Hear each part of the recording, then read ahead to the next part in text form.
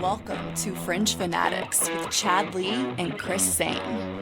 And we are back, ladies and gentlemen, for episode 91 of Fringe Fanatics. I am Chris Zane. And I am Chad Lee. Thanks for tuning in. Yes, as always, thank you very much for tuning in. We appreciate each and every one of you, and anybody who's been, checking out our stuff online. We greatly appreciate it because we notice, and it makes us feel good inside. That's what keeps us coming back. I feel all warm and fuzzy. That's right. Yes. But we are back. It is Tuesday. What's the date? The 9th of July, dude. Yeah. We're cruising in July. It's supposed to be 100 degrees this weekend. Yeah, it's going to get hot. It sucks. Saturday's going to be a warm one. I'm going to be hanging out inside with the AC on. Yeah. Not doing anything. But it is episode 91. Yes. We're in the 90s now, and we're dedicating this episode to the number 91 himself, SERGEI FEDEROV. Yes. Yeah. Or if you want to say his full Russian name, Sergei Viktorovich Fedorov. Well done, yes, Christopher. Yeah. Well done. Practicing my Russian enunciation and such. So. Well, he's definitely Russian, a former professional ice hockey player and the former head coach of the CSKA Moscow of the Continental Hockey League. The old KHL, Yeah, easy. From 2021 to 2024, during his playing career, for which he is best known for his 13 seasons with the Red Wings, Fedorov was primarily a center, but occasionally played as a winger or defenseman. Yes, indeed. Fedorov was one of the first hockey players to defect from his native Soviet Union in order to play in the National Hockey League. While playing with Detroit, he won the Stanley Cup 3 times, as well as the Hart Memorial Trophy as the NHL's most valuable player in '94. After leaving the Red Wings in the summer of 2003, Fedorov played stints with the Mighty Ducks of Anaheim, Columbus Blue Jackets, and the Washington Capitals before retiring from the NHL in 2009. He played in over 1,200 NHL games and scored 483 goals in the NHL. He is a 3-time Olympian and the first European-trained player to win the Hart Trophy and is considered to be one of the best playoff performers in NHL history. In 2017, Fedorov was named one of the 100 greatest NHL players in history. Yeah, quite a legend. Yes. Fedorov was considered one of the best players in the world from the 1990s to the early 2000s. He last played for the Metallurg Magneto, or played for the X-Men. Metallurg Magnitogorsk of the KHL. Yeah, there you go. Where he was made captain in early September 2011. He was also an ambassador for Russia at the 2014 Winter Olympics in Sochi. Fedorov was inducted in the Hockey Hall of Fame on November 9th, 2015, and to the International Ice Hockey Federation Hall of Fame in 2016. Yes, indeed. So, he did it all. Won, like we said, multiple Stanley Cups during the time where, the Avalanche and the Red Wings hated each other. Yep. So, the back when there was time, a rivalry, Red Wings aren't too good anymore. No, unfortunately. They're getting better. They had a decent year this year. It wasn't that great, average. But they're doing good, getting better. But, they are far from what they once were when he was playing for them. He is number 91 for episode 91 this year. That's or perfect. this episode. We can run down his Olympic medals and stuff. He won gold in the World Championships, 89 and 1990 in Switzerland, gold and silver in the World Junior Championships, gold in the 1990 Goodwill Games, Winter Olympics, silver in the bronze. That was in 98 and 2002. World Championships, gold in 2008, and a silver in 2010 in Germany. Quite a career. Quite a career. Hats off to Mr. SERGEI. I take my hat off, but so would go my cans, as they say in the industry. So don't want to lose the cans. Nope, didn't want to do that. No, wouldn't be hearing nothing. But we're back, Chris. We're back. Yeah. It's happening. Let's get it going, man. Yes, cheers to Mr. Sergei Fedorov. Cheers to episode 91, and cheers to each and every one of you out there. Guys. Indeed. Well, We're back at it. We're back at it. This is going to be a pretty exciting episode, mainly for me. We do have a Broncos insider. We're finally getting one on. It took a while for some reason. And it's a legend, too. Yeah. A legend in my book and a legend in the, Colorado sports talk radio history.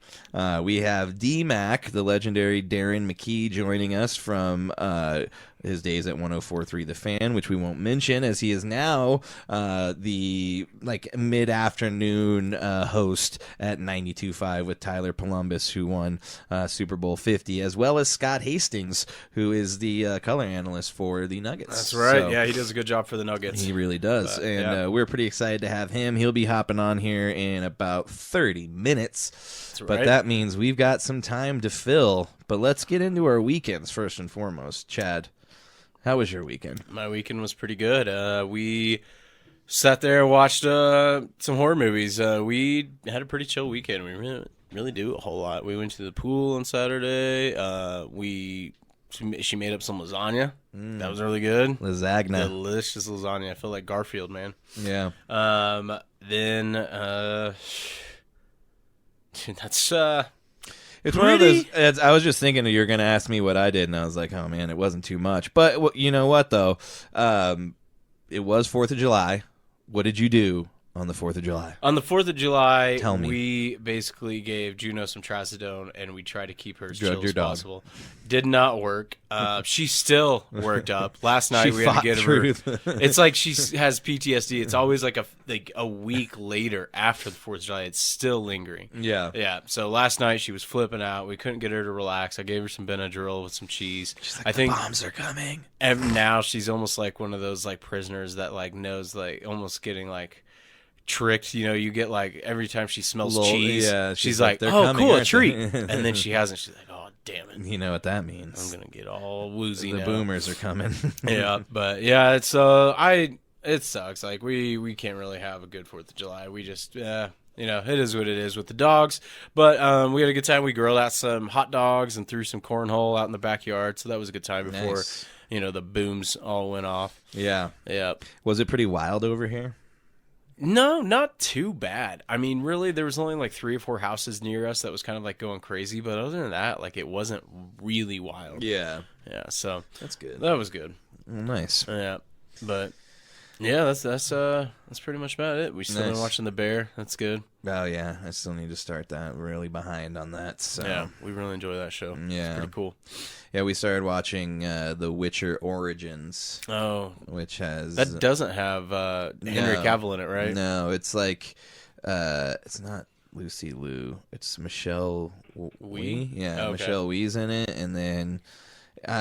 it's kind of weird so far. I don't know. Yeah, I It's- tried getting into The Witcher. I couldn't get into the 2nd season, and then I haven't watched it. Yeah, we haven't watched the 2nd season. That's why we're starting to watch the this Origins thing. But like, I played the game a bunch back in the day, and not too long ago, honestly. Like a couple years ago, I replayed it, and it was pretty fun. But That's cool. Nice.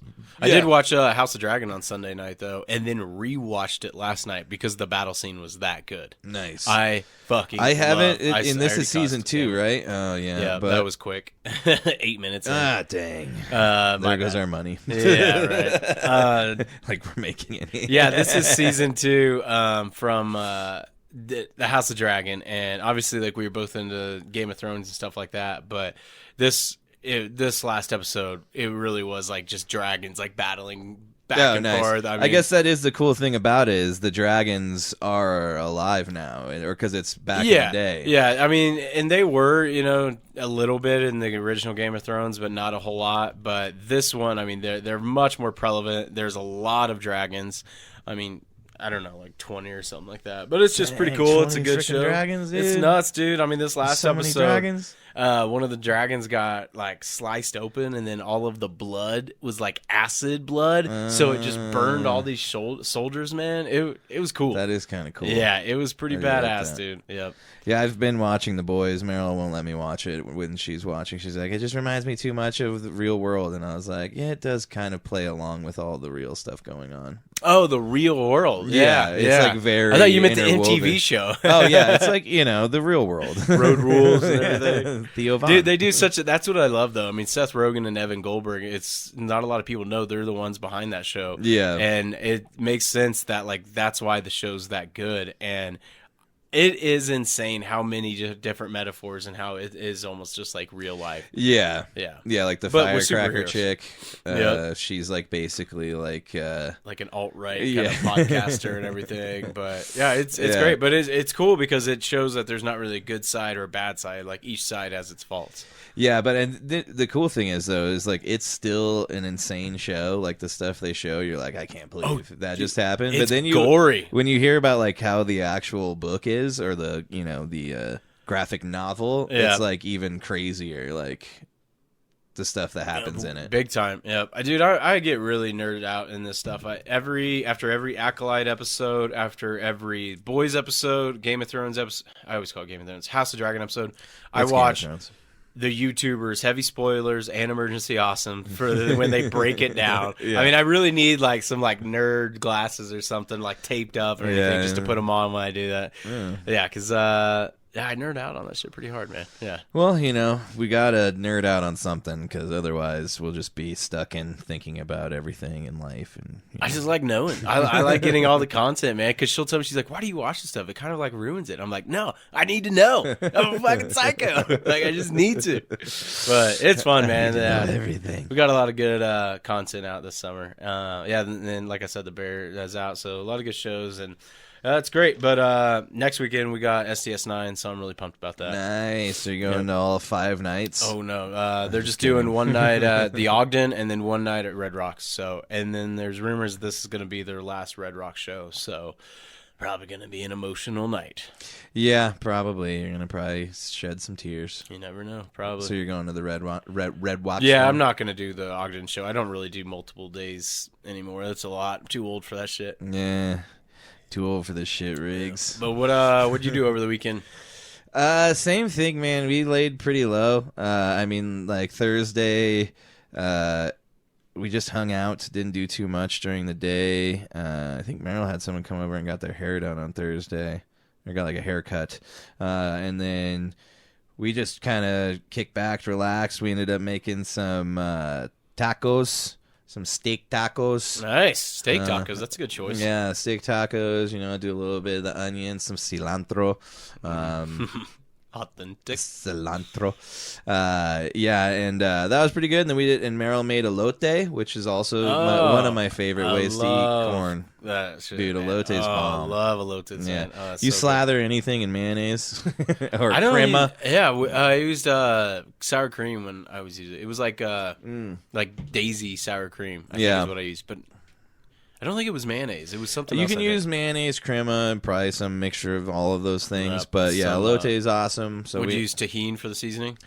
I think she got actual she Googled like a recipe, so Oh, wow. I know we bought Sweet. paprika for it. So good. I don't know what all else Dude, that we shit's used. so good though. But yeah, and then we had slice a little watermelon. No, all Yeah, right. got a little water. We went semi 4th of July. I can't do watermelon. Really? I just don't like watermelon, man. I don't know what it is. No, I'm picky like that. I get it. My parents are like all about cantaloupe and stuff, and it's not like that's another one. It's I don't not my really most like. favorite thing. Although, and this might sound weird, you put a little salt on that cantaloupe, and it's extra delicious. Yeah. It like brings out the sweetness. It's like when I found out that they added salt into cookies. Yeah. And I was like, I don't understand that. But then I ate cantaloupe with salt on it, and I was like, oh, it makes sense. You ask any of our Downs friends like what Hannah makes the best, and it's cookies. And the key ingredient, she just adds a shit ton of butter. Yeah, That's basically it. It's all about the butter. But then she'll add a little bit of the kosher salt or whatever it is, and man, it kills it. It's that sweet and salty, Everybody I loves love that. a good little sweet and salt. Dude, I did do. It was on 4th of July. I actually talk about how you guys did some really real chef stuff. Maybe it's like watching the Bear or something like that. You just want to try to get all fancy. Sometimes, or you just get tired of eating the same shit. I did these like bacon wrap hors d'oeuvres kind of thing where I took You did hors d'oeuvres, dude? hors d'oeuvres. Dude, hors d'oeuvres? Hors d'oeuvre? Hors d'oeuvre? The dwarves. Basically, I wanted to use dates, but I don't really ever see dates in King Supers or anything like that. I don't see them. I don't go on them. Yeah, not anymore. Nice one. But basically, I took the jalapeno cream cheese that you would put on a bagel, and then I put like a dollop of that in a bacon, like on a bacon strip, and then wrap it up, put a toothpick on it, and then kind of like use a brush and put blackberry jam over the bacon, and then I put it in the oven for like 275. That sweetness of the blackberry jam, and then the saltiness of the bacon, and then the spiciness of that. Dude, I could eat like 50 of those things. Yeah, well, I might have talked about it the other day or the other week on the last episode, but when we went over and cooked for my dad, we did that like smoked cream cheese with like the blackberry jam. I think it was blackberry, something like that. I think blackberry it was blackberry jam. And then like some balsamic glaze. Oh, all right. Ate that with some crackers. It's nice to get like a little fancy on it, sometimes. Yeah, like you throw got down it. a little. Otherwise, it just feels like, you're just eating the same shit over and over and over again. So Definitely, man. other than that, we did try to get caught up on some stuff. I'm trying to think what we finished watching. We finished watching something. But yeah, we're watching so much shit right now. It's almost hard to keep up. But yeah, we started The Witcher, which I'm not super pumped on. Yeah. But I did tell you we started watching that Sinister movie Oh because my God, neither of us remembered it, and then we both started watching it. And the first scene when the whole family hangs when the tree branch breaks. I don't remember that. It's literally like, I forgot it happened that soon, but it's like the first like it's like the credits play or the opening credits, and then it's like this family standing there with like bags over their heads and like ropes, and brutal. Then this tree branch breaks and the whole family hangs. Oh And my I was like, God. I remember this movie now. So did you guys finish it then? No, I was like, do we have to watch this? Yeah. Because it was like 5 minutes in, we were both like, oh yeah. I don't blame you. Yeah. I will hope that you guys do watch Tarot. It's available to rent right now for like $6 on Amazon Prime. Yeah, we were going to, because we thought you watched.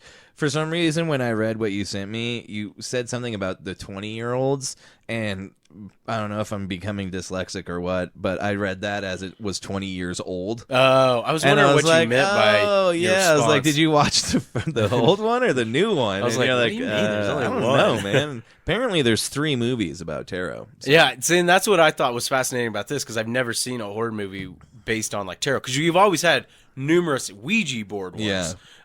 Different, maybe astrological you could pull in there, but this was like solely tarot. Yeah. And so like each card that someone like drew as like their last one or something would haunt them. So it was kind of cool. Okay. It was a little silly, but it's fun. Anymore, all of them are silly. Oh yeah, they're definitely, unless they're made by Robert Eggers in A24. Oh. Yeah, dude, have you Those seen the movies are trailer super for weird. Nosferatu?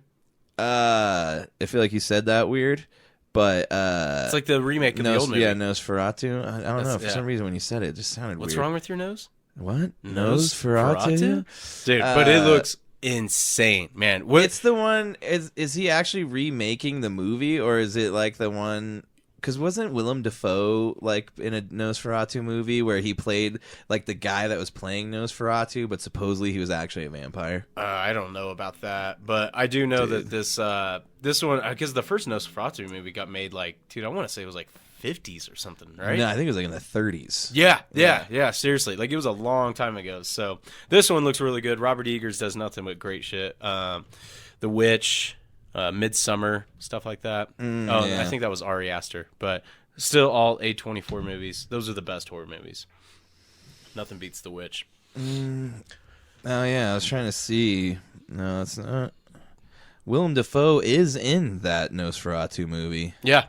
That's what I thought you were talking about. I think Anya Taylor-Joy maybe. Oh no, Shadow of the Vampire. It was in 2000, and it was like basically, John Malkovich and Willem Dafoe, and it's basically like, I think that the guy they're trying to say like he was actually Nosferatu, like it was I like see. that wasn't a character, like they found this guy to play or something like that. I don't know. Yeah, that sounds Nonetheless, silly. but- But dude, the trailer for Gladiator 2 came out today. I had Did to you watch watch it on my lunch break. Oh my god, I'm gonna go see it in theaters, no doubt. Yeah, it Yeah. looks pretty cool. I mean, the first Gladiator was pretty cool. Yeah, that's an understatement. Dude. Yeah, it was it was an epic groundbreaking, movie dude. for the time. Yeah, it was, dude. It was fucking sweet. Anything Ridley Scott. I went and saw Napoleon. I went and saw Napoleon Dynamite. My dad loves that movie.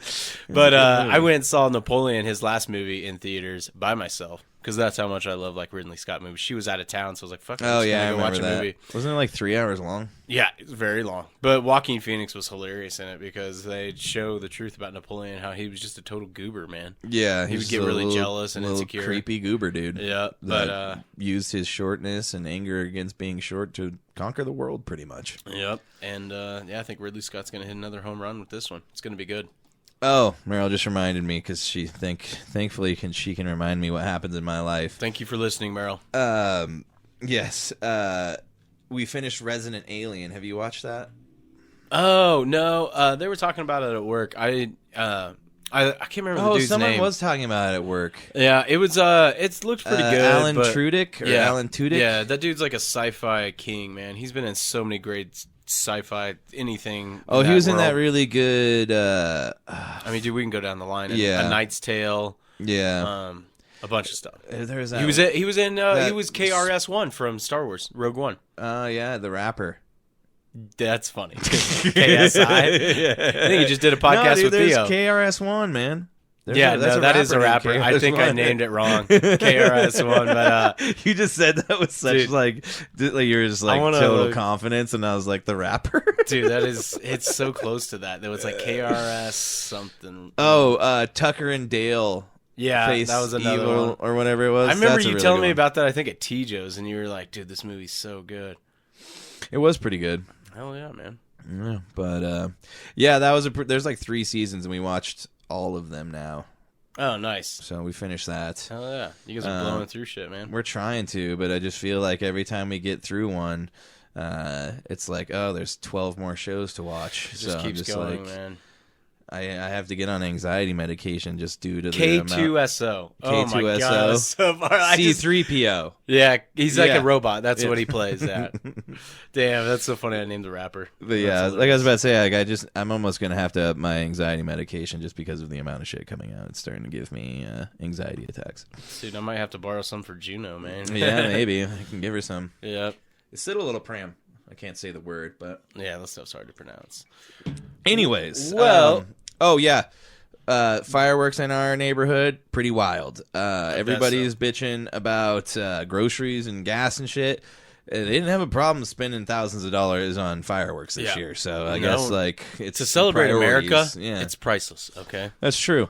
We also made the mistake. We weren't sure how the dogs were going to react, and then we were hanging out, and we ate, and then we were sitting there, and it got to be like 8 o'clock, and I was like, oh shit, we should take the dogs for a walk. And then that was like the time it all started. Yeah. But thankfully, they didn't freak out too much. That's good. So Yeah, I mean, it's awesome, though, like, when they don't go too crazy and everything, because you just never know, man. Like, it's just shitty when they're just like, we're under attack! we're dying. Yeah. My last dog, Dewey, would just run around barking, just thinking that, he'd do that to thunder, Windshield wipers. especially windshield wipers. I always thought Hated that was windshield hilarious, wipers. man. He actually barked once at windshield wipers on the TV when they showed him on, on the news for the rain that was coming down. He got mad at that. So, Yeah. but yeah, that basically wraps up my weekend. Don't you have a show up on this Sunday, or is it No, still happening? it's canceled. Yeah, is it 'cause of the visa thing? They I don't know how they thought they were going to work that out in like 2 weeks, and they were already canceling shows, and like, I ended up texting the promoter, and they're like, "Oh yeah, we didn't know about that." And I'm like, "Yeah, you guys might want to look into it." Wow, I can't believe they didn't know about it. I was like, "You might want to look into it." If it wasn't for the podcast, I would have had no idea until probably Dude, like no this kidding, week, man. Because if I hadn't reached out to those chicks and been like, "Hey, can we use your music on the podcast?" And then being like, "Yeah, we don't know if it's gonna happen because we don't have visas yet," and I was like, "Yeah, you guys ain't getting visas anytime soon." So are you still going to use them for the music? Oh yeah, we've been using Nice. them. Yeah. Okay, cool. Yeah. Oh, I forgot that we did that last week. Sweet. Yeah. Nice. Hell yeah. Yeah, Are you dude. showing any of the videos, man? I don't want videos get taken down. Well, I'm really having to check and make sure. That's good. The one we're playing tonight does have brief frontal nudity, but it is blurred. Censored. Yeah, All right, so cool. I hope anyways. Fuck you, I didn't watch YouTube. the whole thing, but yeah. Hey, it's just our bodies, all right? Free the nipple. Exactly. Yeah. Juice made a good point. Alan Tudyk was also the pirate guy in the Dodgeball movie. Damn right he was. I'm good point, dude. Because we Arr. could seriously go down the Yeah. line, dude. Alan Tudyk, he was He's great a great in Knight's character Tale. actor, yeah. He's awesome, man. He's played in a lot of cool stuff. But Yeah. yeah, I've heard a lot of good things about that Resident Alien. Yeah, it's true. Yep. It's pretty good. I liked it. So Nice. check it out. That's my rec center of the week. But Very good. do you want to touch? I mean, we got to get in the headlines. We got like 6 minutes to burn. I thought we were calling it 5:35. Oh yeah, shit. We've got we got a ways to burn. So let's get into headlines. We could talk and probably see where about we're the gonna NFL go. See what we're before gonna. we get into this. Yeah, well, I don't even know what we're gonna talk about in the NFL. Well, so I do. Headlines! Get your headlines here! You didn't hear it, but Chad's been brokenhearted about something for the last 2 days, and we're gonna find out what he's brokenhearted about right now. Yep. About 9 years ago, I started. I was in the weed business. Oh, I and know. was I trimming know away. what we're talking about. Yeah, yeah. Because I don't really want to talk about the Vikings guy because that's really sad. No, it is sad. I'm not gonna get into it. This is sad as well. But it's kind of like relative because of what we do. Basically, we had Justin Graver on probably about a month ago. He was the old producer for the Around the NFL podcast, and it just makes it even more bittersweet because I did nothing but hype up that podcast and how it inspired me, and it's just a great podcast. Well, May 23rd was their last episode, and I've been checking every few days, wondering why there hasn't been a new episode, and now we know why. Basically, there was a contract dispute, and they just pretty much fired Mark Sessler and Dan Hanzus. Dan Hanzus was Hanzus, however you say it, was the host of the show. And like Justin, you saw in our Twitter messages, he was saying like Dan was like the core of that show. Yeah, he pretty much said he came up with anything and everything he saw. Yep, yeah, he was really good. But the thing of it is like it really was a chemistry of it. Like there were so many Twitter posts on how it was such a different show when it comes to different football because you could listen to every football podcast out there except for ours. Ours is unique and different. Yeah, but there are so many out there we're that's special. Just mundane. It's regular football podcast. Oh, you hear about the news and this is my take, whatever. Those guys, it was such a unique chemistry because of the way they would give each other a hard time and how you knew about it. And then a few years ago, we lose one of them to cancer, and it just like it really was. It connected everybody a lot because they talked about how many listeners reached out to him. While Chris was battling cancer, Chris Wessling, I reached out to not him. me. I hope I'm not battling it, but we probably all are at one point. But maybe continue. So I reached out to him and he responded, and it was just nuts because we've talked about it, how like you get to know these guys even though they're strangers because you listen to them almost every day, and then for them the NFL media just to axe it. And now what they're doing is Greg Rosenthal, one of the three hosts, is still being part of it, and he's gonna take on a show called NFL Daily, coming out 5 times a week with rotating guests like Patrick Claybon. He's one of the hosts for the NFL Fantasy podcast that the official NFL puts out. So yeah, it's just it's really tough, man. I mean, dude, I literally every Monday morning I look forward to so much listening to those guys recap the week of games and just hearing what they had to say, them previewing it. It's going to be a weird world, man. Weird world. Yeah, it's definitely a bummer. I did not get into it nearly as much as Chad was, but like when I was working a few years ago, when we were getting ready to start this podcast, and even when we started this podcast, I was listening to that show pretty regularly because they had tons of great information, tons of great takes, and just the way the show was formatted was a nice way to listen to it. The way they did it was very well put together, and a lot of that probably had to do with Mr. Justin Graver, yeah, it's a definite bummer, and we kind of talked about it a little while ago when the NFL Network just axed a whole bunch of people. Like almost 15 people. Yeah, I think one of the Broncos insiders that worked for the NFL Network ended up getting fired.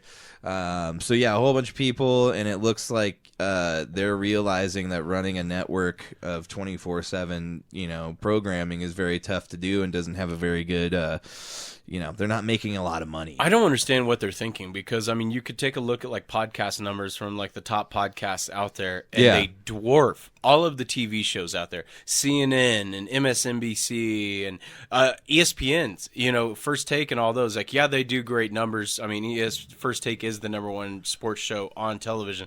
But when you get to the other ones, like NFL Live and stuff like that, nobody watches those. Nobody wants to sit through commercials anymore. Like, how many, especially with NFL Network, because that's a different channel that you have to get.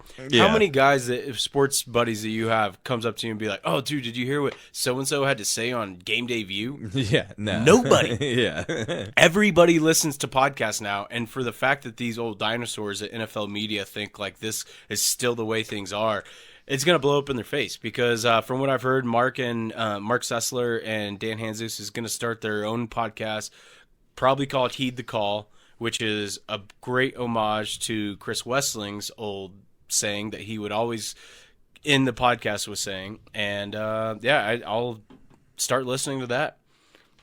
But yeah, it's going to be a weird world, man. I mean, the last 9 years I've been listening to that show for pretty much. Doesn't Sessler have the podcast with Jesselnick too? No, that's Greg Rosenthal. Oh, so he's staying there. Yeah, Greg Rosenthal's the one that's staying. Yeah, and then because I was I wonder how they're going to do that because I think they use the NFL Network podcast stuff for their podcast. Oh no, they did that in the very beginning. So theirs is called JRVP, Jeselnik Vanity Rosenthal Project, and then when Rosenthal was first at NFL Network, they would sneak in there and then do a podcast, and it was called RJVP, which was Rosenthal Vanity. Whatever, and the NFL found out about it, wasn't too happy about it, so they went to All Things Comedy, I think is what it was. Guerrilla Podcast. Yeah, which is Bill Burr's podcast production company. Gotcha. Yeah, it's a super big bummer, but then, you look on the other side of things and you hear about Stephen A. Smith wanting $100 million to go work at ESPN, and you're like, dude. Yeah, it's ridiculous. I don't get it, man. I don't understand how, he can think he's worth that much money, and he's probably going to get that much money. I wouldn't doubt it. And what's so dumb, and I'm glad you brought that up, because when I said that they're the number one show, it's not even because people are turning it on. It's because it's what's on automatically at bars. They're not going to it's the easy thing to put on. Yeah, you go to ESPN, nursing homes and stuff like that. It's either Wheel of Fortune or if there's, guys, they're going to put on ESPN. It's just easy to put on in the background, not like what people are really tuning into. And that's why they have these dumb segment ideas like, well, why is Mad Dog mad and everything like that? God, dude, it's so dumb. I can't stand Mad Dog. He's so annoying, man. Yeah. And he's just such an old geezer. He won't even discuss MMA or UFC or anything like that. It's like some of these old guys. I only like boxing. Yep, that's how a lot of them are. Yeah. Even the guys that I respect more than anything, my two favorites in sports media, Tony Kornheiser and Michael Wilbon, they both won't discuss UFC because they're set in their ways. They don't want to accept this new sport pretty much. But whatever, we'll move it is on. What it is, and we are going to have to move on because we're going to have to call DMAC shortly. Yep. But there's not too much else going on in the NFL. That was kind of our big news just because, especially in our world of podcasting, we are in that world. We get to say things like that.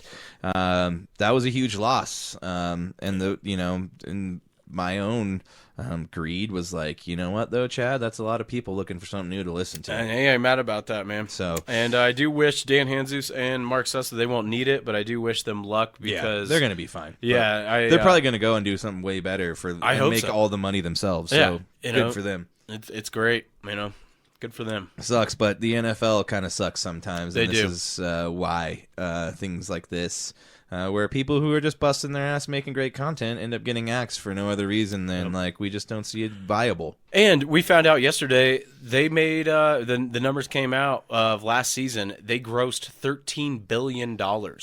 Oh, the NFL? The NFL that's not surprising. Yeah, because each team averaged around bringing in $400 million. Yeah, well, they're all going to have to pay about $450 back here once that thing goes through. That's with the lawsuit. So they're definitely going to be pretty bummed out. But that's what they get for being so greedy. Basically, yeah. I think we were saying, I might have brought it up last week, but there was some streaming service that was trying to offer team packages.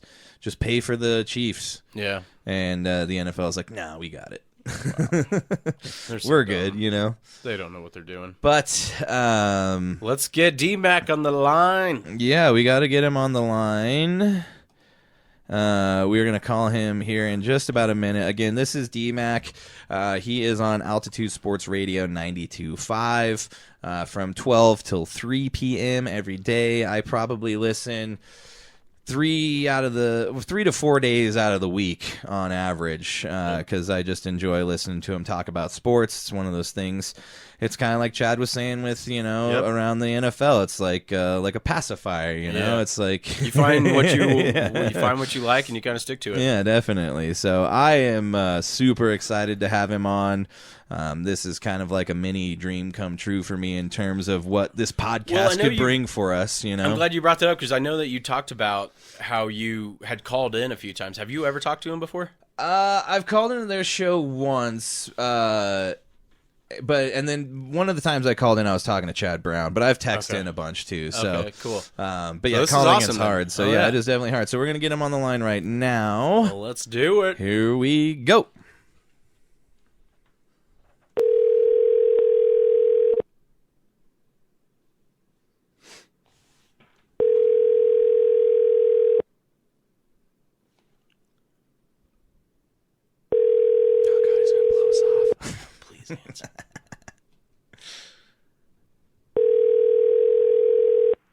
Hello?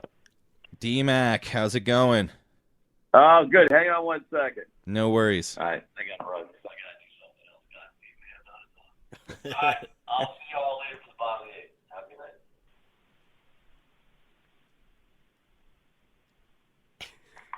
He's a busy man. All right. What's happening? Not much, man. So excited to have you on. We are on the, we're streaming live right now. I would say on the air, but we're not really on the air. So we are going. No worries about that, us interrupting you. We appreciate you taking time out of your night to talk I'm to good. us. I am good to go. Nice. Yes. Well, let's give, can you give us just a little bit of rundown? I mean, I know your story. I've been listening to you since back in the, you and Big Al days. So, been listening to you for a long time, a good chunk of my life now at this point. But if you could just give my buddy, who is a rabid Chiefs fan, unfortunately, he doesn't know your backstory, and neither do the people that listen to us. So if you could just give us a quick rundown of you. All right. Well, I grew up in Massachusetts, aside from 1 year when my parents moved to Steamboat Springs when I was in 3rd grade. So my dad wanted to write the next great American novel. Didn't get published. We learned how to ski. Ran out of money, moved back to Massachusetts, North Shore, not South Shore, because my mom couldn't stand her mother-in-law. Classic story there. Yeah. So more or less grew up in Massachusetts, went to Syracuse for the weather. And, it was a great education there at Syracuse, although I got kicked out of the broadcasting school. I was a star. That is a true story. I won't go into the reasons why. It was academics and wasn't great. But so while school was hard, I was kind of doing a great job doing the radio thing. And the amount of talent at Syracuse was incredible. So kind of like the high tide raises all boats. I started not only doing college radio, but I worked professionally in Syracuse my junior year part-time. And I was a full-time radio guy my senior year. Met my wife there, so stayed in Syracuse, worked at a classic rock show, doing sports coverage. Always did sports coverage. Nice. And what happened was we went from like rock radio and sports talk are kind of the same vein. And a lot of rock stations became sports talk stations. Like 98.5 The Hub in Boston used to be 104.1 WBCN. And that was my dream station, Charles Lacordaire. I got to intern there in 1990 when I was in college. So all my leanings, all my sensibilities were kind of based in like rock morning shows. And rock morning shows, guys, kind of became sports talk stations. So I went from there to a classic rock station in Buffalo, where again, lots of sports, tons of sports. And one of my side hustles there is I was the intermission pregame, postgame host for Buffalo on the Buffalo Sabres radio network. So that was kind of my first full dive into it. And I started covering the NFL in Buffalo. From Buffalo, I was hired in D.C. That job didn't work out because the guy I was hired with was fired for being a racist. The grease man, looked that one up. So I was supposed to work with a grease man. That didn't work out. And even there, I covered the Washington, Baltimore teams at the time. So I did that. So I always had my hand in sports, even though I was working in music as a disc jockey. I was offered a job at AAF in Boston and at KBPI, and took the job out in Denver. Denver was a more affordable place in 1999, and sure enough, the name of the show was The Locker Room. And I was on with Mark Stout and Craig Carton, who's kind of a famous guy. Mark Stout from the Rockies. Mark Stout from the Rockies. Yep. And look up Craig Carton if you're not familiar with him, but he's one of the more successful sports talk hosts in America. He did go to prison. And I'll, again, let you, you can look that one up. Look it up. Craig Carton is kind of famous. Look it up. Check the receipts. Check out his prison receipts. And I worked in college radio with Craig. It was for fraud. It was a very white-collar sort of crime. So, but anyways, look him up. It's an interesting story for sure. But everything I was doing, the name of the show is The Locker Room. We're on rock stations. We're covering sports. I worked for the Sabres. You know what I'm saying, guys? Like, everything just kind of was leading in this direction. Yeah. And I've been fired, like, so many times. I mean, I can't, like, 10, 11 times. I mean, people just get sick of me eventually. You know, I don't really do anything wrong. Like, I've never been fired for, like, stealing pens, you know, from the supply closet or whatever. It's always just like, you know, I don't see eye to eye with the bosses and some sort of philosophical thing. And, hey, we've all been there. You know, yeah. Dude. And for the most part, I've exacted a lot of revenge on those that have fired me. So I'm trying to keep that streak going. Kind of successful on that one recently. Nice. So from there, I actually started, after I got fired from KBPI, I was in Colorado Springs, but I started doing talk radio on KOA, KHOW, and AM 760, which was Air America progressive talk station. And I guarantee you I was the only person to do talk shows I filled in for Dave Logan, Jay Marvin, and Peter Boyle. There's no way anybody's ever done that before, that's for sure. Yeah. But on the liberal station, I was too conservative. On the conservative station, I was way too liberal. And I sort of fit in on KHOW, which is kind of a more, you know, in-between libertarian, moderate sort of station. That seemed to work out okay. And I thought I was going to get a show with George Brockler. Again, look him up. He's kind of a famous prosecutor, lawyer sort of guy. He's, in fact, he was the prosecutor in the Aurora shootings case. Oh, wow. George is a great guy. We're the same age. So you can see I've got a wide diversity of talk experience. In fact, my first talk show ever was a sex talk show that I hosted on Sunday nights in Buffalo called Infomania, and it was a quote-unquote public affairs show. It was just a way for me to say, hey, you know, Julie and Cheektowaga has a scratchy vagina. What's on with Dr. Jenny? Oh, my God. And I'm not kidding. It was like 2 hours of like, this is leaking out of my penis. What do you think? And I'm like, Dr. Jenny, what do you think about that leaky penis? Oh, my God. So I did that for 10 months for free. I just I wanted to be in talk radio. So that's the best I could do. And then the guy running the radio station, because we were having some pretty outrageous and fun conversations. He goes, oh, man, I just really just want you to answer the phone and hand it over to the doctor. And I go, well, I really don't want to do that. That's boring. He goes, well, then we don't really want you to do the show. And then I was like, well, I'm not getting paid anyway. So I'm getting fired from a job that I don't even get paid for. So, I mean, I had another job. It was kind of an add-on sort of thing. But I just always wanted to do talk radio. And the toughest decision I had to make was going into sports. And I had been talking to Tim Spence at the Fan for quite a bit. And we had been going back and forth for like 4 years about coming over and doing certain things and blah, blah, blah, blah. But when the Fan went to FM, I knew that was a game changer. Yeah. That changed everything. When sports talk stations went from AM to FM, it's like, boom. And everything I'd been training for sort of worked out. And from there, the rest is history, aside from this last firing, which, of course, was ridiculous. And now it absolutely haunt them. It made me change my listenership. I now only listen to the altitude now, and I'm sure I'm not the only one. Look at the talent. Oh, you're not the only one, and that is me knowing what the ratings are. So you're clearly not the only one. things have dramatically flip-flopped in the ratings between the fan used to altitude was nothing. Yeah. Nothing. They've only been FM for a few years now, haven't they? I think like 8 years, something Okay. like that, maybe 7, 8 years. But it was like they didn't exist compared to the fan. And now they dominate the fan in everyday part. And the main demographic to look at for sports talk is men 25-54. They absolutely dominate there. I'm proud to be part of the team. I think the talent on 92.5 is far better top to bottom, and the management structure is way better too. Well, that's good. And I won't bore you with all those details, but It's kind of inside baseball stuff. I enjoy hearing it. Yeah, they put me on with Derek Wolf, and he didn't want to be there. No, So, I felt so bad for you listening during those times because I was like, oh, you were trying so hard, and he just did not care at all. Didn't care. No. He would just sit there and scroll through Instagram sometimes. Oh, yeah. wow. Well, now he's got his own things, obviously, and I think that was what he was worried about anyways, was his own stuff after he got on the air. He rushed into – it's funny because what's funny because I used to have a pretty antagonistic relationship with Emmanuel Sanders, but we became pretty friendly. And he was looking to get into stuff too, but he knew he didn't want to do it full time. He knew that he didn't really have the stamina for it, the dedication. And I swear to God, guys, you got to have the right mentality to slug away day in, week after week, month after month, year after year. It's a real job. Mm-hmm. You can't go halfway into it.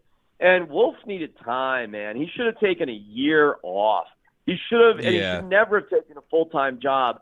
But it's flattering when everybody thinks you're great and you get all sorts of offers. You think, oh, man, this should be easy and whatever. But, it's a 4-hour show where you got to talk about a lot of stuff besides football. And even the football stuff, you got to – just because you play football doesn't mean you're keeping up on it. So you got to, you got to really pay attention to shit. Yeah, and he wasn't interested. He didn't care. You can't just be talking about cougar hunting and doing mushrooms and stuff. You got to do other shit. That became a real contentious time too when he killed that mountain lion. Believe me.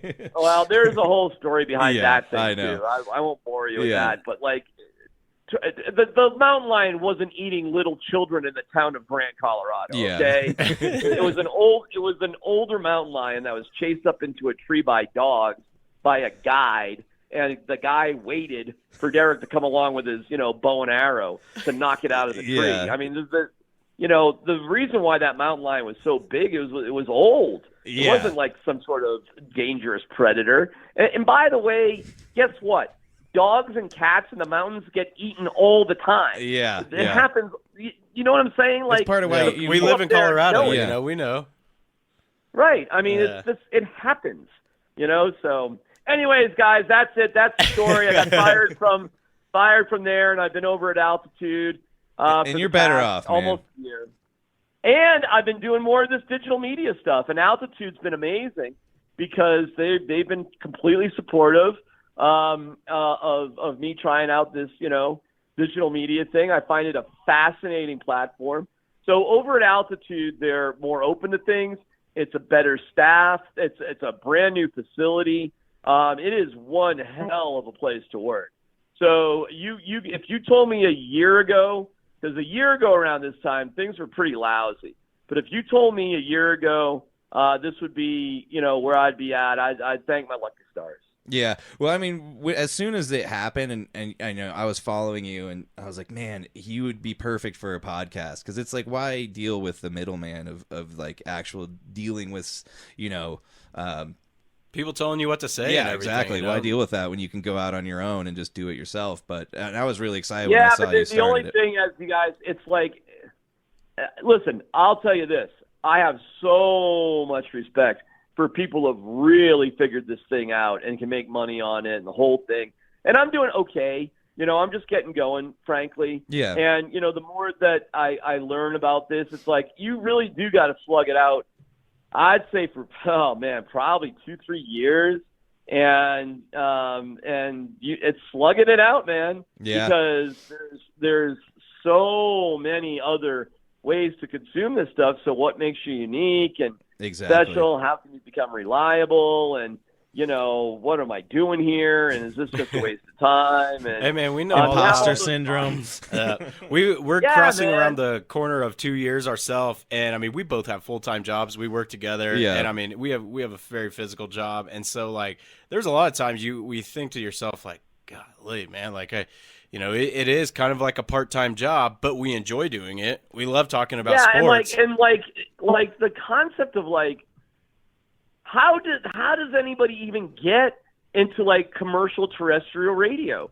Like when you look at the people who are on that make a living at it, Joe Williams, the great Joe Williams of Urban Joe, once famously said, anybody can do radio.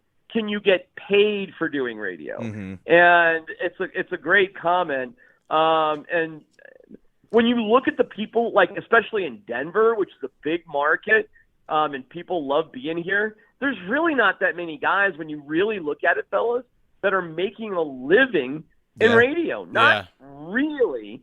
And then you look at those guys who are, and you're like, well, how can I be like Vic Lombardi? Oh, I get it. Easy. Grow up in Denver, work for 30 years in the media. Mark Mosier, same thing. D-Mac, same thing. Scott Hastings. Scott Hastings, 30 years with the Nuggets. Oh, or be a professional athlete. Oh, great. It's easy, that's easy to do. Let me get drafted real quick. What a piece of cake to do. Yeah. So when you look at that and you say, well, shit, man, like how does anybody actually do that? I'd say forget it. It's virtually impossible. I mean, it's not impossible, but it's not easy. And because listeners grow attached to personalities, I had guys, look at my path, man. Look how many years I had to slug it out. Yeah. I didn't even start doing sports talk radio full time until I was 40 years old. And I had worked in radio for 23 years before that. So don't tell me I didn't pay my dues. I mean, I paid all sorts of dues, and I was fired left and right, and I'm still paying the dues today. I've been in radio for 37 years, and the name of the show is Columbus, Hastings, and D-Mac. I mean, I'm getting third billing on the show that I'm on. Yeah, well, it kind of worked out that it just was like they didn't have to change too much on the name, It was the Dover, D-Mac, boom, it worked. That's right. That's right. I do think you should be in the front. Let's not kid ourselves. But No. I'm totally teasing about that. I know. Listen, it's kind of like, hey, man, I'm batting ninth. You're in the major league. Shut up. How can complain. you bitch? It's good. Oh, man. Well, that's awesome. That was way more than I thought you were going to give us. That was motivational. Yeah, man. it definitely Very was. motivational. I guess There one you thing go. we have in common is that we're all too dumb to quit. So we've got that going for us. That's right. Yeah, well, you guys are doing the smartest thing. And I've given this advice to 1 million people. With technology the way it exists today, just start. Just start. Like you say you want to do it, do it. Yeah. You really don't have any excuse.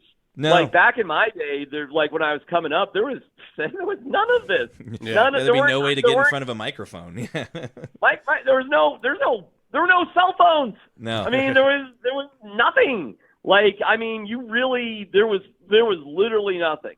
So you didn't have much of a choice. But with the technology that exists today, even just a relatively simple podcast setup, I mean, what are we talking about, guys? $1,000 maybe? Yeah. Maybe $1,000, maybe cheaper. Basically, yeah. Around that, yeah. So, and you can sort of just piece that together. And the way I started on day one, once I got fired from the fan after 15 and a half years, 14 on the same show. It's crazy. After all that, I Yeah. just took my cell phone, I took a deep breath, I turned it around, and I just started talking.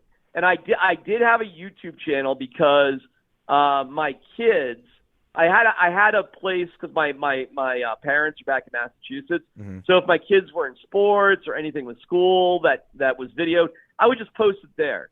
So crazily, I had 200 weirdos following my kids. Like it was basically a photo album for my folks. Yeah. That's essentially what it was. But I had 200 probably creepy, not very active followers. And we're up to, like 6,800 right now. Nice. Which is pretty good. Yeah. And we're continuing to try to figure out how to grow this thing while still focusing on the radio stuff. And I find it exciting. I love it. I love every part of it. Well, and you can tell that you love it, and that's one of the reasons why I love listening to you on the radio is because you can tell you genuinely enjoy what you're doing. And now hearing, even just what I knew and hearing what you just said, it's like you can tell just nobody would keep doing this if they didn't love it the way you do. So it's kind of like I call it like you're in a band, you quit your day job, and you turn around 20 years later and you don't know how to do anything else, and like you want a little motivation. Have no other skills, and that'll wake you up in the morning. Yeah. It's like people say, "Well, what would you do if you weren't?" Dude, I have no idea. I literally have no idea what I would. Nothing to get paid. I mean, I guess I could go. Dude, I don't know, man. I have no idea. I have no other significant skills. Nothing besides talking about sports in Denver. Well, hey, aside from that, I'm useless. You are running a triathlon this weekend, right? Yeah, but I'm not getting paid for it. I know, and but I call still. That's no, but dude, man. I call it Journey of the Average Athlete because I just turned 55. Yeah. And when I got into my 50s, I was like, well, who does this kind of shit? I'm going to do awesome. And then I realized, damn it, it's Colorado. Like, the people that are in the 50s, they take it really seriously. Yeah. Like, they're like the most intense people. Quick story, I did a trail half marathon, and they were giving out medals, and I knew there were only 5 guys in my age division. And I'm like, oh, my God. I'm gonna medal. I just had to beat out. I got to beat out 2 other people for a medal. This is amazing. I mean, it's a trail half marathon in Castle Rock. Like, there's barely 50 people in this race. I mean, I couldn't believe they had medals for this shit.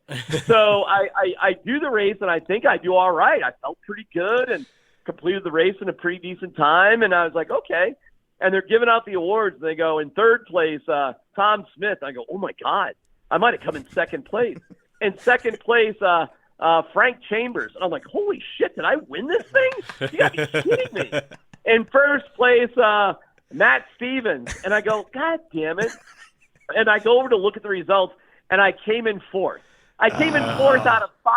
Just now missed you say, it. oh, my God, that must have been bitter, right? Like, tough. I looked at our times. I finished 10 minutes behind the guy who came in third. I literally got beat by a mile. I literally got beat. It wasn't just an expression. I got beat by a mile. There's some freak athletes out here, man. Yeah. Dude, it's ridiculous. So I do all this stuff, and I really do call it, in fact, that's one of the podcasts I have, Journey of the Average Athlete. Because I noticed on YouTube, everything you would see is how I ran this 4:13 mile and how I ran this ultra marathon and how I'm awesome at this and awesome at that and rode my bike 700 miles. I go, why don't you see anybody on there that just kind of sucks at all this shit? You know, isn't that It's a good angle. That is, man. More people should kind of take that. Right, because it's like, I'm below average, really. I look at how I finished. So, yes, I am going to try a triathlon. I've done triathlons before. It's been a long time, though. And I got some swimming. I suck at swimming. I'm good at cycling. I'm pretty good at cycling. I got to pat myself on the back a little bit for that. But running I've got a lifetime love-hate relationship with running. I've done 10 marathons, but I kind of hate running at the same time. So I do it, and I kind of hate it. Every second I'm running, I'm just like, ugh, this sucks. Over? But I keep going. Swimming to me is kind of the great unknown. Like it feels great on your body, right? You're not going to injure yourself. Low impact, really challenging. I'm terrible at it. And I'll give you a very, very quick story. The first triathlon I ever did, I had done no swimming training. I was just in good shape. I'm like, how hard could it be? And it was at the Cherry Creek Reservoir. So ready, set, go, 750 meters. It's a sprint triathlon. It's not even that long.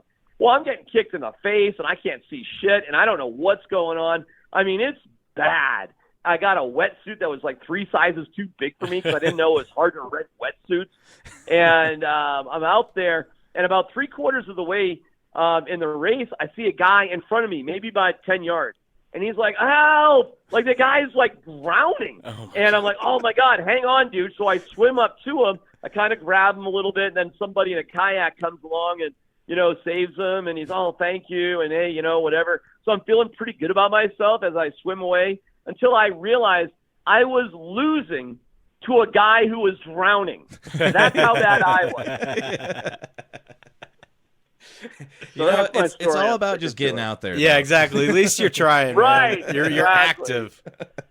Yeah, I am the epitome of the try-hard guy. Limited talent, like slightly above average talent, not that great though, but just like relentless trier. Like never stop trying. Yeah. Never give up. Exactly. But really That's not that great either. It's not all that talented either. Not, like, yeah, I'm kind of funny, but I'm not like a stand-up comedian, but I try hard. That's all you gotta do, man. That's all it takes sometimes. That's awesome. Well, man, we're already at like 25 minutes. If you want to talk about some Broncos, if you need to go, I know you are super busy. By all means, this has been great. I'll just let you go. Let me say this about the Broncos, because this is way more interesting than talking about running backs. But the Broncos did the right thing. They finally have the structure set up that they needed, meaning solid ownership and good communication amongst the GM and the coach, in my opinion. And of course, drafting a quarterback is long overdue. One that they actually want for once. Well, that's right. And that's a great fallacy, though. It's like, well, only draft somebody if you love them. Well, tell me the team that drafted a quarterback in the first round, at the time of the draft, they didn't love him. Well, who's that team? You always love them when you draft them. Yeah. And everybody always has the same sample information. You have a college career, you have interviews, you have all-star games, and you have the combine. That's it. You don't get other stuff. Like, there's no guarantees. But the way the salary cap is situated and at the cost of where quarterbacks are going, guys, you've got to take advantage of the possibilities that on a rookie contract you can build a strong team around whoever that is. Yeah. And then you've got to get ready to pay that dude $50 to $60 million. They really do need to establish some sort of quarterback salary cap. I agree. I think they're talking about that, where there's going to be a cap on QBs. Well, I mean, what's the difference between that and max contracts in the NBA, right? Yeah, same thing.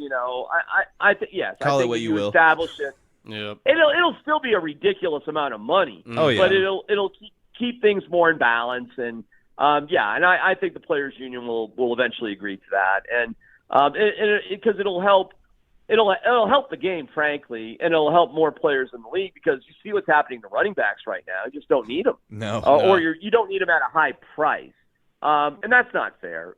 So they got to figure that out. Anyways, I think the Broncos are in good shape, not for this season, but in 2025, yes. And in 2026, I would expect the Broncos to follow the same trajectory as the Detroit Lions. So it's not like a guaranteed Super Bowl, but like it's certainly good enough to compete for it.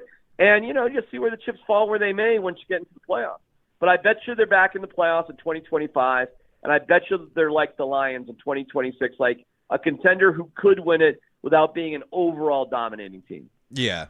Yeah, they just got to get there and see what happens, basically. Yeah. All right, I will let you guys go, because really that's good enough, right? No, that was beyond what I could ever imagine. Yeah, I don't definitely. even really care that we only spent 2 minutes on the Broncos. We don't really need to spend that much time. We kind of know how this year's going to go. But do you think they'll steal one from the Chiefs next year? You got one last year. They could. I'd have to see. Like, they definitely did last year because Mahomes was sick. It was kind of in the middle of the season. It was bad timing. It was kind of sick. Yeah, it was like kind of the sweet spot. They had lost, like 2 weeks before that, right? Like, it was a rough patch. Yeah, I mean, could they steal one from the Chiefs? Yeah, I mean, it's actually the Raiders they've lost the most in a row. I know, yeah, which is very let's true. not talk about it. Yeah, Christmas Day was right, bad last year. But then again, guys, hey, man, I'm fine with 5 wins. Let's bring Bo Nix along the right way. And then, we're in the top 5, and we're drafting either your new starting left tackle. Hopefully Bowles is actually okay. Maybe get a dynamic pass rusher. Yeah. I wouldn't waste that pick on a cornerback. I just don't think you need to do that for a great corner. I'd have a bigger impact player, and probably pass rusher.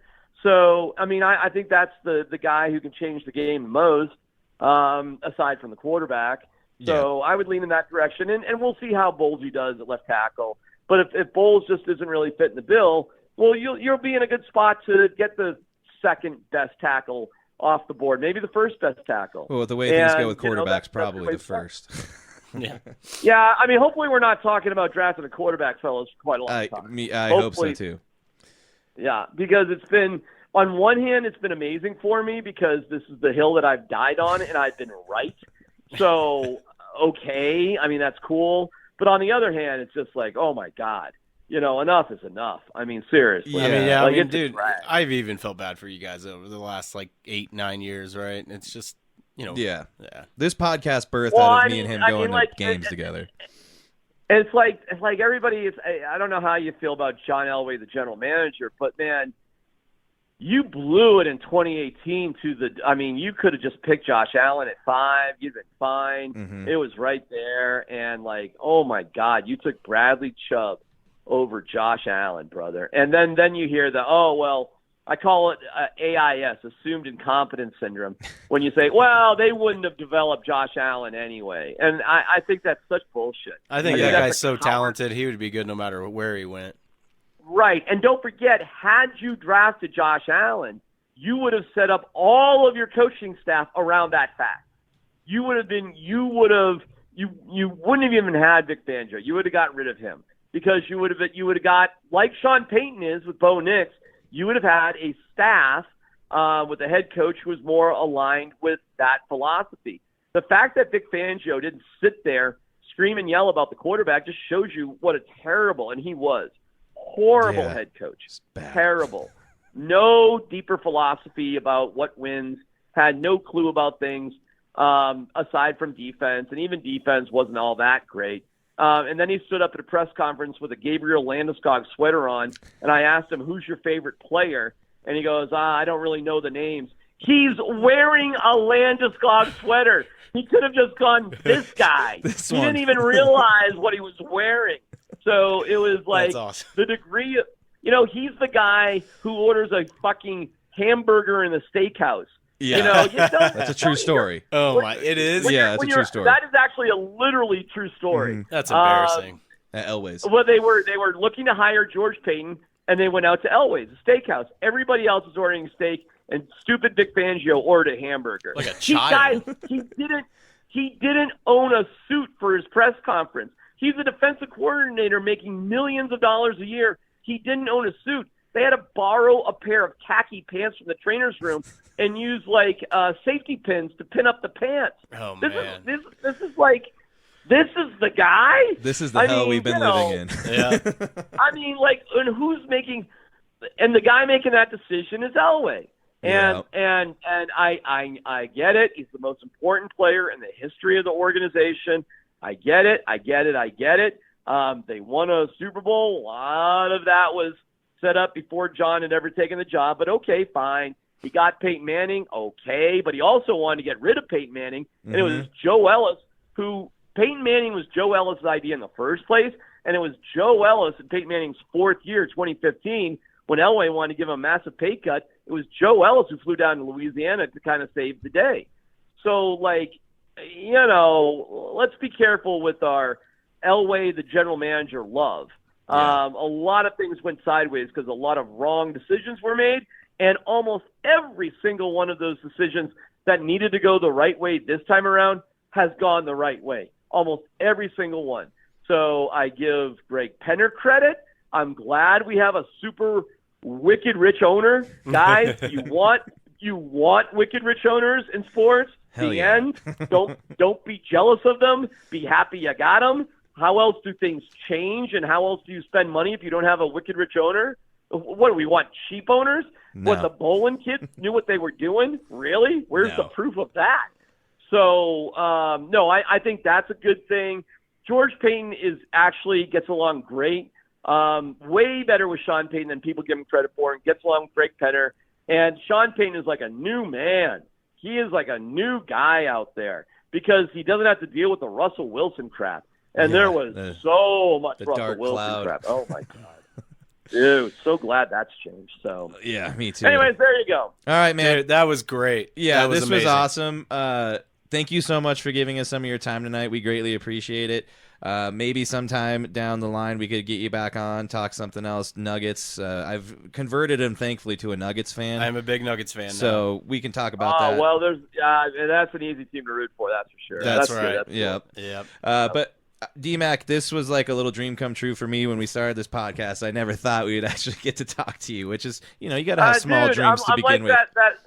I'm like that scene in Almost Famous when the teenage writer talks to Philip Seymour Hoffman and goes, I can't believe you're around on a Friday night. And he goes, I'm a nerd. Of course I'm around. I don't have anything else going on. Hell yeah, man. That's awesome. It's not that hard. Yeah. No big deal. All right, boys. I'll see you later. Call me back anytime, all right? All right, man. Thank you so much. Okay. Bye. All right, guys. Bye.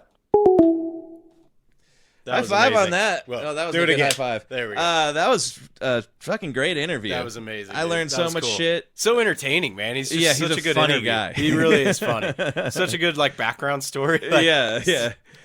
God, some of those stories about the radio days. And I was like, holy shit, Dude, at one point he should write a book. He should. At one point when he was living in Buffalo, him and his wife went on The Price is Right for their honeymoon. Oh wow! And they ended up winning. She won the showcase showed him. Yeah, she ended up winning 2 showcases. She won, I forget what it was, like a couch and 2 snowmobiles. Sick. That he eventually went on to sell to the one and only Jim Kelly.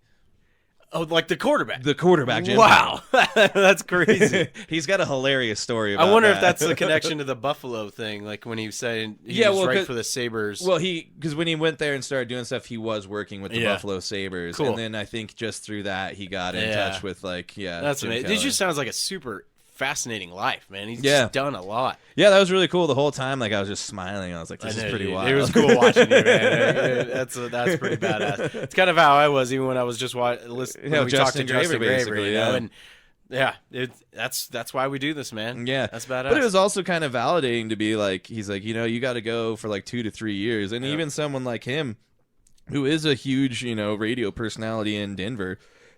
I mean, he's only got 6,800 followers, and he's been doing it for over a year now. Well, I think what he was talking about with that podcast, he's got 64,000 on on Twitter. Yeah, on Twitter is a different thing, just because he's been doing it for so long. But the podcast and stuff like that, he's growing it. But man, it's pretty amazing. Yeah, that was definitely cool. Super pumped on that. But yeah, that was a really good interview. Yeah, it was a really good interview. The whole thing, even though we literally spent 7 minutes on the Broncos, I don't even really care. Totally worth it. We had all draft classes and everything ready to go. We had questions. But hey, throw it out the window. Call him back, so we'll have to do that again sometime. Yeah, definitely. Well, I'm really glad that we finally got a Broncos guy on for you, because we've had Farzine on. Big Chiefs insider on there, so we got to be objective here. Yeah, and with D-Mac too, we can get. He's really huge in the Avalanche too, so that we get everything with him. Yeah. So I would like to talk to the Nuggets thing, because the whole Murray thing's got me really fascinated. Yeah. Yeah, I'm excited to continue that relationship. So, but for sure, it is time for us to get into the music break. And unfortunately, we mentioned it earlier, the show is no longer happening with the Soap Girls. They could not get their visas straightened out. I don't really know, but should have just walked across the border. Yeah, just run across, dude. Just jump. But yeah, so it's not happening, but we are still going to feature them this month because they are a super cool band. So this song this week is called Breathe, and we will be back here in just a second.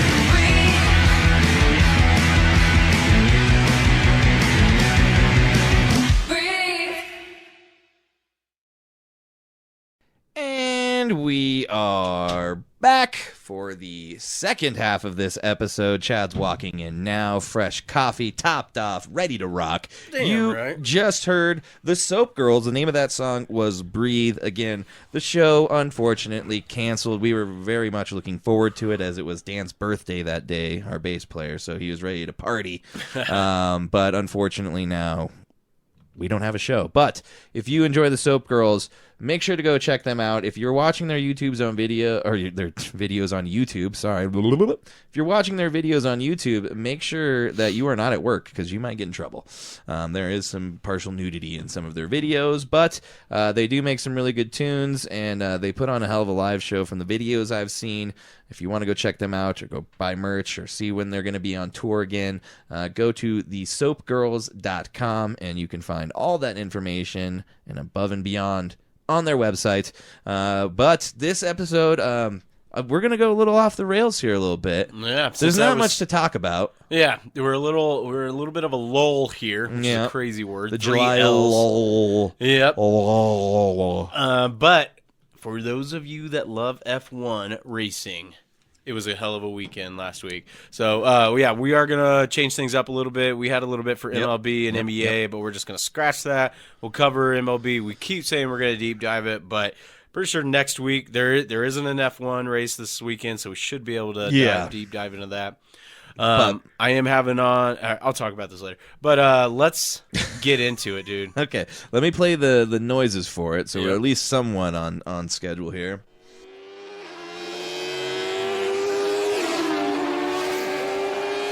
Man, oh man, was that a race this weekend? Dude, that was a thrilling race. It really was. I thoroughly enjoyed that race. The whole time, like, it was a constant battle for first, which doesn't happen that often. It wasn't until, I want to say, probably the last 10 laps that it was kind of like, oh, well, it looks like it's going to be Lewis Hamilton, who... maybe even, like, the last 8, because even Max was kind of really making a push there in that last, like, little bit with, like, the 6 laps to go, but he was just, like, 2 seconds behind and just not quite in that DRS zone. Yeah, and that was the big thing for him. He used it perfectly to get around Lando Norris, but I think at that time...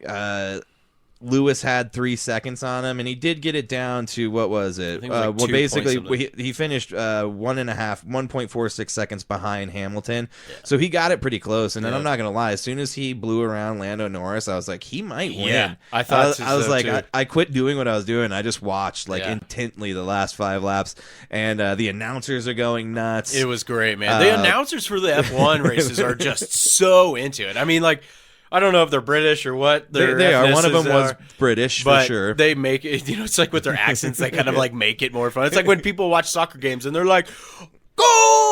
Yeah, you gotta love like watching the Stanley Cup Finals, like anything like that. Listening to the Mexican call, always better. That's what I was gonna say. It's like the Spanish call of like a football game. Yeah. Oh my god, it's way like better. exciting. Yeah, way better. But I mean, that's how this was, dude. I'm really glad you got me into F1. Thankfully, the Drive to Survive's really helped too. Yeah. Dude, what's kind of ironic is the last episode that I watched from this most previous season was last season Lewis dealing with the struggles of his GM and how they just couldn't get that car to where they needed to. But I think they got that figured out. Him and Toto aren't the best of friends, it doesn't seem. That's for sure. Needless to say, though, he ends up winning. When you go down his entire list of things, which we're going to do here in just a little bit, it's amazing what this guy's done. Obviously, by the time Max is done, we'll see where they both sit, but he's got like Brady-esque numbers when it comes to things where it's just like, I don't know if anybody's ever going to touch on some of those. No. Just I some think of it's his great that you accomplishments. use that analogy because It's GOAT status. when I saw this post that we'll get into later, which is all of Lewis's career achievements, it reminded me of like he's Brady, and then Max is almost like Patrick. Coming up. Yeah, pretty much. Yeah, that's a pretty good analogy of the two. And this race too, it was exciting because you got to see the strategery, if you will, that goes into an F1 race, especially when there's inclement weather. the rain was coming in, I think around like lap 8, and everybody was like, all right, what are we going to do? How long is it going to last? And I mean, Lando was one of those people who the decisions they made in the pit were the reasons why he fell out and ended up finishing in third, because they chose the wrong tires, and it ended up screwing him and biting him in the ass. You look at George Russell, though, who was, finished first in the pole, and I think had it not been for the water system issues that forced him to retire in lap 34, probably would have run that way. It probably would have been 1-2. I think like Mercedes. halfway through the race, it was George Russell and Lewis 1-2, and then 3-4 was Lando and Piastri, and then Max at 5th. Yeah. And because Max, like we talked about it earlier in the week, like it's almost like he was hanging back, waiting to see what the weather and what everybody was going to kind of do, and then take over in the end. And it's pretty much what he did. Yeah, I think had they made maybe 1 or 2 slight little changes, he probably could have caught Lewis. Yeah, I wouldn't doubt it. They ran the best race they could, and they're just going to continue their points adding up in the constructors as they are. I'm trying to think of where they're at right now, but they are way ahead of everybody else for sure. Oh, in the constructors? Yeah. Yeah, I've got it pulled up right here. So they just, because Max pulled up into second, he just extended that lead even better. It didn't help that Sergio Perez, dude, just sucks. No, sitting down there bring at him up. 17th or 18th the whole time. He finished in dead last because the other cars behind him were lapping out. him. Well, they were out. The only people that finished below him were cars that didn't finish. Exactly. So yeah, Alpine. Yeah. But Red Bull right now 373. Ferrari's now up there 302, and then McLaren 295. Yeah, and the thing with Ferrari is they're just always right there in the middle of the pack, so they just keep adding points, but they know they are having trouble getting out of their own way, it seems sometimes, and a lot of the decisions they make end up screwing them. Dude, they talked about it at one point in the race. Yeah. I cannot wait for next season's Drive to Survive to cover this season, because it's just so nuts where you got Mercedes with 2 great drivers, and then you got McLaren with guys that are right, Piastri and Lando, that are just right there every time. And then you got Red Bull with just one singular Max Verstappen that's leading blowing the way. Everybody away. Yeah. And I mean, because his teammates are not helping him out at all. No, they definitely aren't. But I mean, dude, it really was fascinating. Like I said, I'm still a noob when it comes to this. I'm learning a lot. I talked to you about how it was insane to see the slow-mo footage of the intermediate tires, which they use like in wet climates. Mm-hmm. And if the rain stops at all, they want to get those tires off because they shred like an eraser for a pencil. Just it's insane, man. But dude, this is a little side note. So Patrick Mahomes, I always got to talk about my boy. Of course. Yeah. Well, he owns part of Alpine, and it's so embarrassing where he shows up there, got to go watch my team. I got a little bit of stake in Alpine, and they don't even finish. They retired, I think, like lap 10. Yeah, they were both out. God, they suck. It's like, dude, but why couldn't you buy into a better team? Man. Well, dude, you got to get in where you fit in, and it's a lot of money, And their colors suck, dude. It's like black and pink. Like, dude, that's I don't lame. mind pink, No, it's not the pink. It's just pink. the color combo. It's like, I guess, like the powder blue with it. I don't know. Yeah. It's just not cool. Well, and speaking of Ferrari, if you look at where they finished in this race, you got Carlos Sainz in 5th, and then in 14th, Charles Leclerc. So, and he was lapped at one point. Leclerc was really having problems again. We touched on that last week. Ever since that win at the Spanish Grand Prix, he shot his wad. Yeah, he's really been in a slump. I mean, it's the car. I don't know if it's him, but yeah, and it is a shame for Russell to go back to that, dude, because, I mean, everything looked like it was going his way, and then all of a sudden we see his team tell him to box the car. Box. Yeah, and it's a shame. Dang old water system issue killed him, which would have been a bummer, because, like I said, if I honestly think we would have had an entire podium of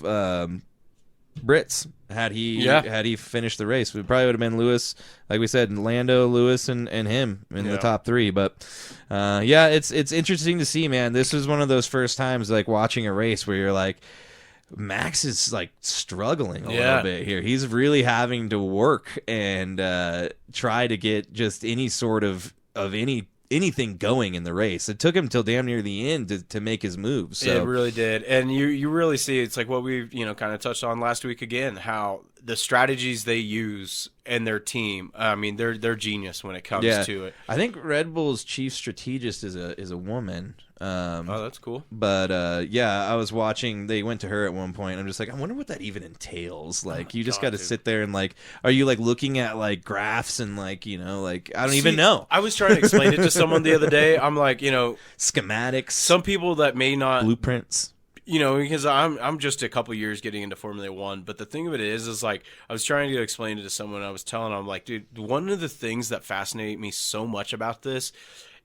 It's like when I was a kid, my dad used to take me to the NHRA races when I was young, and you see engineering at its finest. Those guys rebuild an engine after every run. They build a whole new engine. Yeah, every run they do a whole new one, and it's not just like your redneck guys that are out there doing NASCAR. Like, let's see how fast we can get down this dirt track. Guys that went to Wyotech. These guys are guys that went to MIT, and so like NHRA is one thing, but that's just down a strip. Formula One.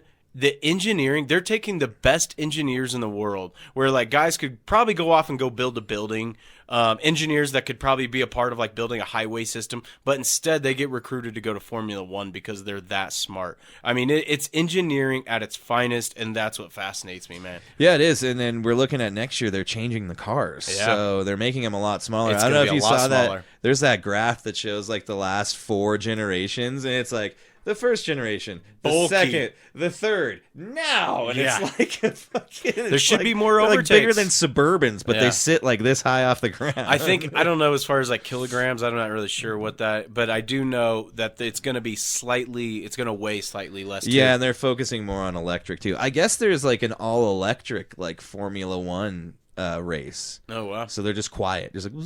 That would be weird. I don't like that. Dude, if we ever get the chance, man, we would have a blast if we went to an F1 race. Oh, yeah, Fly out to Vegas, man. That would be fucking sweet. They're doing the... It's not F1, it's golf, but at... Is it Pinehurst? PGA Tour's coming here. Yeah, the PGA Tour's coming. That'd be kind of cool. Yeah, that would be cool. But... I'm down, but... Well, let's get... Because this is a little bit of a switch-up, because we're going to roll right into the DDOE, because it has to do with F1. So it's time for the man, the myth, the legend himself, Mr. John Daly, to hit it hard, man. Right. I hit it hard, man. So far, man. Far. No laying up, no holding back. Ain't afraid of nothing. It's a natural fact. I hit it long, man. Till it's gone, man. Keep taking chances, living large. Hit it hard. That's right. That's the end of the show, ladies and gentlemen. And at the end of every show, we rip it, and hit it hard. And we also make sure to sip it. But I'm a little out right now. Yeah, that Voodoo Ranger. Get at us. Get at us. Well, he mentioned it earlier. Yes. There's no one else to give it to. It's definitely Lewis Hamilton that gets the DDOE this week. Sir Lewis Hamilton. That is a good point. Part owner of the Broncos. Yeah, it's a Broncos episode, so we might as well. That is pretty cool. Man, we didn't even mean to connect that. Yeah, that kind of worked out. Look at that. But dude started racing at 17.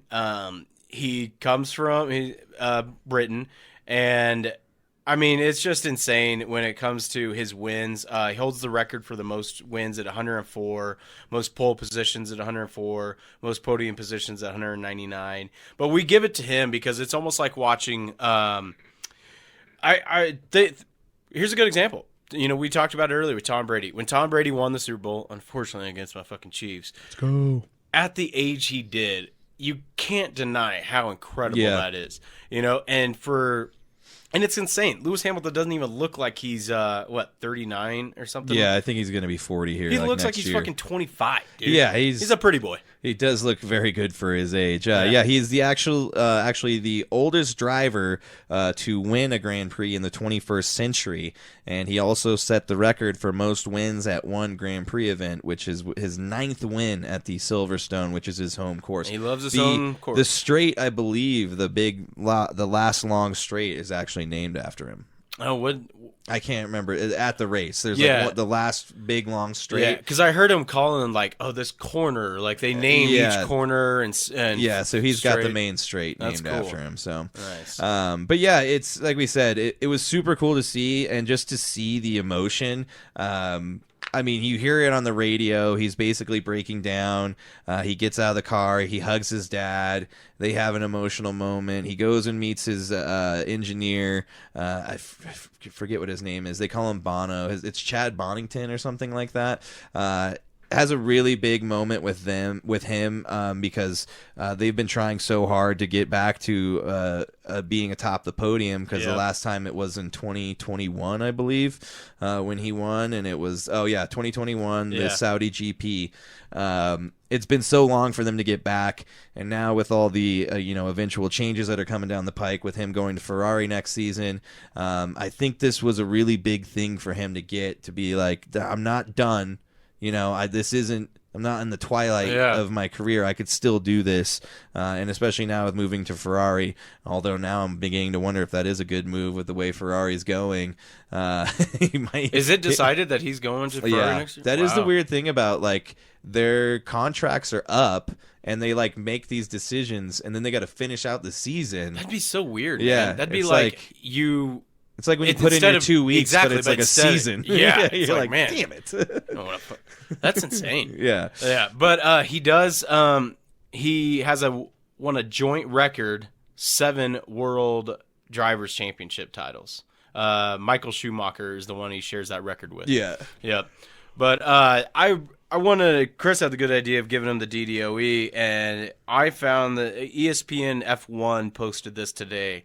I knew Lewis was the GOAT, but then after they list all of his accolades, it's just mind-boggling how he's still, after he won a race last week at his age, after accomplishing all this. I'm just going to read this off real quick.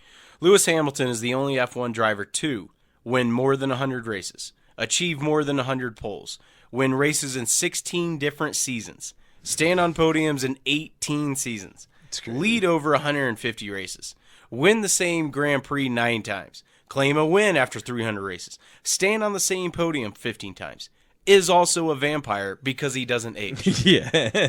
That's also part of it. And that is why he deserves the DDOE, because the guy doesn't age at all. So looks like he's still, like Chad said, in his 20s. He looks younger than we do. Paul Rudd genes, you know. Mm-hmm. Rest in peace. Yeah. Oh, no, not rest in peace. For some reason, when you said that, I thought of Paul Walker because we were talking about racing. I don't know why. That's why I was like, rest in peace. R.I.P. Big Paul ups to Walker. Paul Walker. Family. Yeah. Always family. Yeah. Well, that's going to do it for this episode. Hold on, we're going to give you a little preview.